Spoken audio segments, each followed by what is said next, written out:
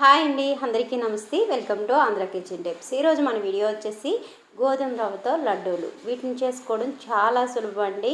తక్కువ టైంలో స్వీట్ చేయాలనిపించినప్పుడు, హెల్తీగా చేయాలనిపించినప్పుడు ఇలా చేసి పిల్లలకి పెట్టండి. ముందుగా స్టవ్ వెలిగించి కళాయి పెట్టుకొని దీనిలో 1 స్పూన్ వరకు నెయ్యి వేసుకొని, నెయ్యి కాగిన తర్వాత దీనిలో 1 కప్పు, ఏదైనా 1 కప్పు మెజరింగ్ చేసుకొని గోధుమ రవ్వని 1 కప్పు వేసుకొని ఈ రవ్వని దోరగా వేయించుకోవాలి.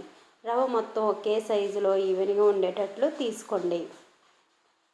ఈ రవ్వని ఇంచుమించు 5 నుంచి 6 నిమిషాల వరకు ఫ్రై చేసుకోవాలి. అప్పుడే లడ్డూలు చాలా టేస్టీగా వస్తాయి. కంప్లీట్గా లో ఫ్లేమ్లోనే 5 నుంచి 6 నిమిషాలు ఫ్రై చేసుకోండి. ఎక్కువ క్వాంటిటీతో అయితే కొంచెం ఎక్కువ టైం పడుతుంది. ఇక్కడ నేను తక్కువ క్వాంటిటీతో చేస్తున్నాను కాబట్టి నాకు టైం 5 నిమిషాలు పట్టింది. 5 నిమిషాల తర్వాత కొద్దిగా కలర్ చేంజ్ అవుతుంది. చూసారు కదా, ఈ విధంగా వచ్చినప్పుడు మీరు ఏ కప్పుతో రవ్వ తీసుకున్నారో అదే కప్తో 3 కప్పుల వరకు నీళ్ళు పోసుకోవాలి. 1 కప్పు గోధుమ రవ్వకి 3 కప్పుల నీళ్ళనవి కరెక్ట్గా సరిపోతాయండి లడ్డూకి. అదే కప్తో కొలతగా 3 కప్పుల నీళ్ళు పోసుకోండి.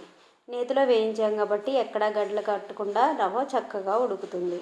3 కప్పుల నీళ్ళు పోసిన తర్వాత మీడియం టు హై అడ్జస్ట్ చేసుకుంటూ ఫ్లేము రవ్వను ఉడికించాలి. ఒకసారి కలుపుతూ ఉండండి.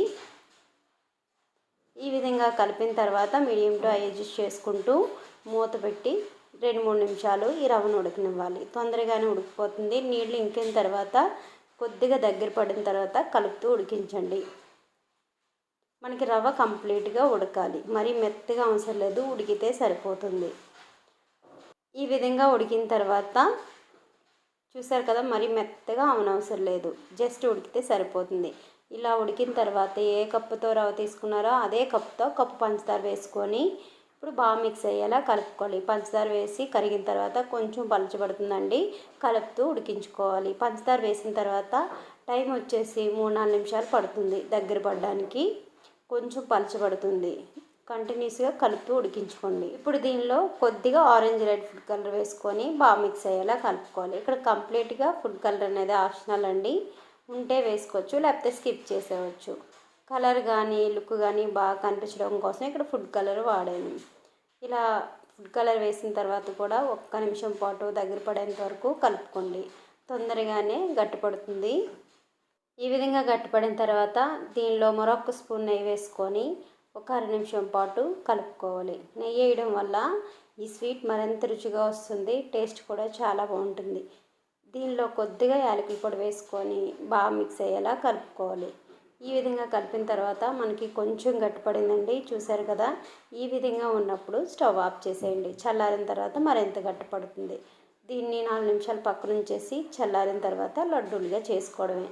నెయ్యి ఎక్కువ వేయడం వల్ల లడ్డూలు కూడా చాలా టేస్టీగా ఉంటాయి. ఇవి 2 రోజుల వరకు చాలా ఫ్రెష్గా ఉంటాయి.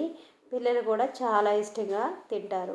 కలర్ వేయడం వల్ల ఇవి చూడడానికి మనకి మోతీచూర్ లడ్డూలాగే ఉంటాయి. టేస్ట్ అయితే అలా అనిపించకపోయినా రుచి చాలా బాగుంటుందండి.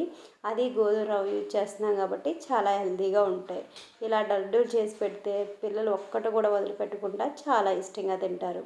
చల్లారిన తర్వాత ఇంకా కొంచెం గట్టిపడి చాలా బాగుంటాయి. సో ఇంతేనండి, గోధుమ రవ్వతో ఈజీగా చేసుకునే గోధుమ రవ్వ లడ్డూలు రెడీ అయిపోయాయి.